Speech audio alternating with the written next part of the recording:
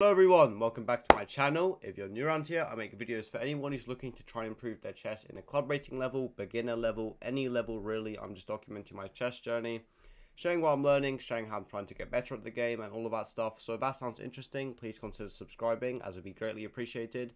We're at 170 subscribers. When we hit 200, I'll make a special analysis of a game. I got one best game of the season award, and I also won a prize for it. So I'll share that when we hit 200 subscribers. And now in today's video, I'll be continuing the series of analyzing subscriber games. And if you do want me to analyze one of your games, just let me know that you've subscribed, or send me a message on chess.com, Discord, and send me the game, and I'll have a look at it and maybe make a YouTube video. Probably will make one on it. In today's video, we'll just be looking at that.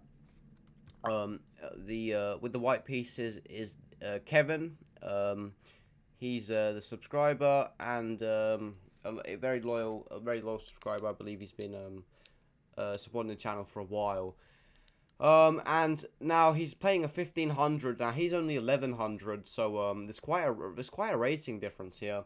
And let's see how it goes. So Kevin starts with e4, c5 is played, knight f3, d6, and Kevin said that but the reason why he didn't go for the Smith-Mora, what he normally plays, is because apparently his opponent was well prepared for it, so he decided to go for the dragon, or just go for the main line, what happened to be the dragon, knight c3. I used to play the dragon as black, back in black when I first started ever playing chess. So my knowledge in the opening on this opening, my knowledge on this opening is not that great, but I've picked out some points, and I definitely think there's some very instructive things. Also mistakes I used to make. It reminded me of how I used to play, and definitely lots of you maybe do these mistakes as well. Okay, first of all, after castles here, I think white here normally castles queenside. I think white here normally goes for like f3, bishop e3, queen d2, and castles queenside, and launches pawns up here. And then black will also create counterplay and try and attack down this line. So I think that's how normally the game goes. But Kevin here has castled, and I mean, you can go for this. I'm not sure if it's that main line. I don't know too much about this opening, but already kind of branching off from what's normally played. Now castles is played, and now bishop e3. I've always thought that playing bishop e3 before playing f3 or h3 can always be extremely annoying. I always remember when I used to play this from the backside, I always used to get very happy when my opponent would go bishop e3, queen d2, and hadn't played h3, so I could go knight g4. So maybe h3, or maybe h3 would have been good here. But I don't think it matters too much for now. Bishop e3 is played. Now knight c6. And now knight c6 is played. Also, I haven't looked at a single engine. I haven't looked at a single opening book, so I don't know if this is the most played. I don't know. So for lots of the things I say may be wrong. I'm just speaking from past experience and what I know about the game. And now, normally, just a rule of thumb, you normally don't want to release the tension. Like, if you can have your opponent release the tension, you normally want it. So taking here, it releases the tension. I did find it quite hard to find a good move here. I probably came out with h3. Maybe going queen d2 next. I still find it fairly hard to find a good move here. But just a rule of thumb, you probably don't want to take this, especially because now this, you kind of support the center a bit. So knight c6 already. I think the general rule that I see lots of players, I used to do this, is releasing the tension too early, and you'll see what happens. So knight c6 is played, bc6, now queen d2. And already your opponent has the potential to strike in the center, and he goes for it, d5. Already this is quite strong. If this pawn is exchanged, then black's the only side with a pawn in the center, what's controlling nice squares, got the knight. And also now the bishop can get involved. If you looked back a couple moves, this bishop didn't really have a bright future. A simple move like f3 or h3 could prevent it, and there's not many squares this bishop would go to, which means h6 and b5 could be played, which means this knight would be loose, so it would maybe have to take and take. So already, after this bishop, sorry, e5 was played, but say if takes, his bishop becomes quite active, and his position seems quite pleasant for black. Um, so anyway, that wasn't played. After this, e5 was played, and now knight g4. After knight g4, bishop d4 was played, and black's just up a pawn here. Bishop e2 was played, and now bishop g4. After bishop g4, I want you to pause the video and try work out the a winning tactic for white here. If you did pause the video, the move is taking. Taking was just advantageous. If this, you just take here, you're up material. If after takes, this was played, first of all, you can take here and take back, or you can even take here, try simplify a bit more. Say this, and this, and this, and you've got an extra knight, should be winning. So you can go for some of those lines where you're just up material. Here, Kevin did not find that though, it was fine. I played bishop g4 here, which is not as good because now after takes, king g7, and now queen d4, knight f6. And now b4 is played. Now b4 is just another example of the move that I used to play. I see lots of people play. First of all, b4 should already, after playing chess for a while, sends alarm bells. It just says it sends off just red alarms in my head saying something is wrong. If you play a move that just weakens the squares next to it and just leaves the knight, just optically looking at this, it just seems like there's something completely wrong. Like, you really don't want to leave your pieces loose, and by playing b4, you leave this loose, and just b4 is just, it doesn't look like a good move. The reason why it's not a good move is because it weakens these two squares.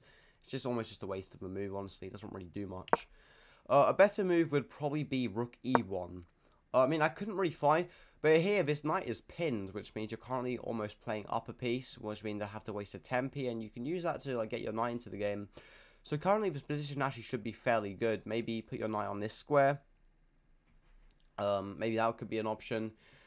And yeah, this position probably I mean, you're down a pawn though, but you've got okay play here. I just want to say, I'm not criticizing the moves. Like, we all make mistakes. It's fine, to be honest. I make mistakes. I keep making them every day, and it's fine, honestly. b4, queen b6, and now here you go rook d1, king g8, and now a4. And now knight d7 is played, and now b5. After takes, your opponent goes e5. This is quite strong. I just want to say one thing here. It's very hard for your pawn to not get split here with moves like a5. Sorry, excuse me. So it's just like here I was trying to look for a good move. I thought after a4, I thought after this, maybe go like queen h4 and maybe put some here. But like moves like a4 just completely split the structure and isolate both of these pawns. And then black here gets these pawns, and actually it has all these nice this one pawn islands. Maybe then move like queen h4. Maybe, I mean, your position's strategically lost, so maybe going for like some desperado, but maybe just to try complicate things here. It's still probably not that good. After this though, this was played.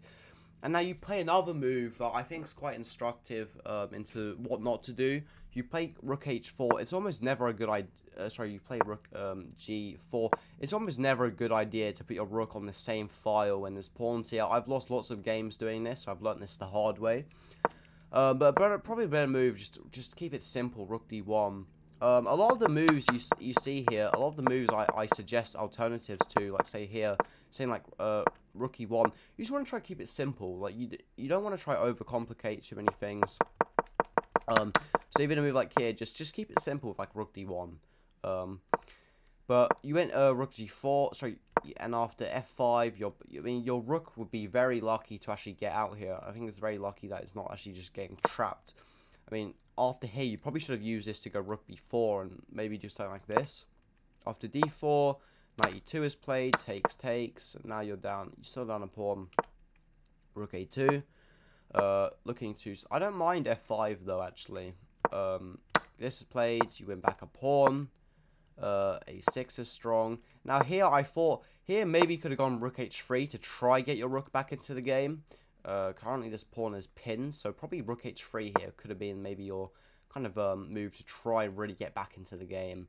But here you went g4. Well, it just doesn't look good, because as you can see, if this is taken, then this is just isolated. You want to look at the pawn structures. What do these moves isolate pawns? Okay, now e3 is strong. You can check here. Here you go here. Put your king behind this pawn so it can't push. I like it. Rook c5. Here you go. c4 also loses another pawn. After this, rook h5 here, and now here, I believe you missed a move here. You can try pause the video if you're watching this and try find the move that you should have played. I believe you should have taken here. After takes, you go knight d4.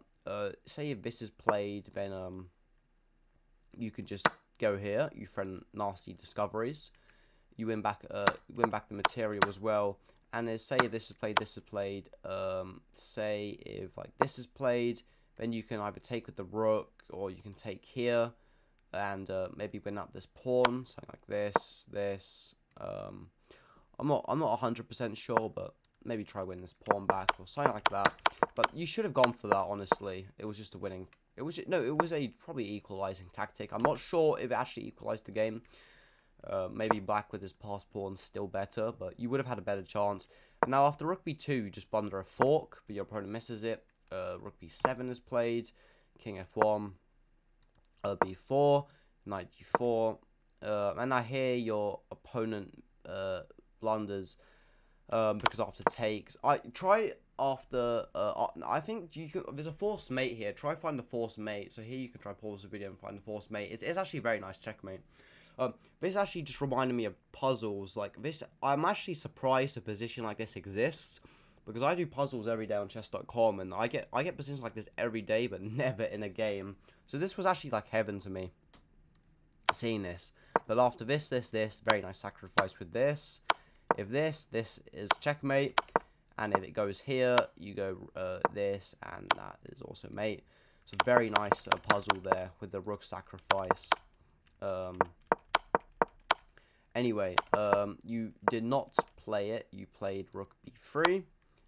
Check here, and now it's just mate and one. So well played. You kind of swindled it at the end. And yeah, I mean, to wrap it up in 3 things, it would be try not release the tension. I mean, I don't know if this is actually the main move, but as you see, it did get you to worse position. But just a rule of thumb, try not release the tension early on. This may be just the most played move, but I don't know. I'm not sure it is.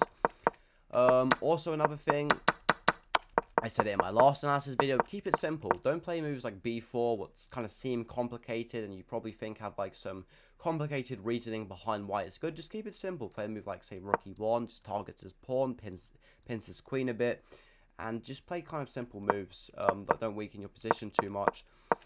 And then in the end game, it's like here, just another example, just keeping it simple.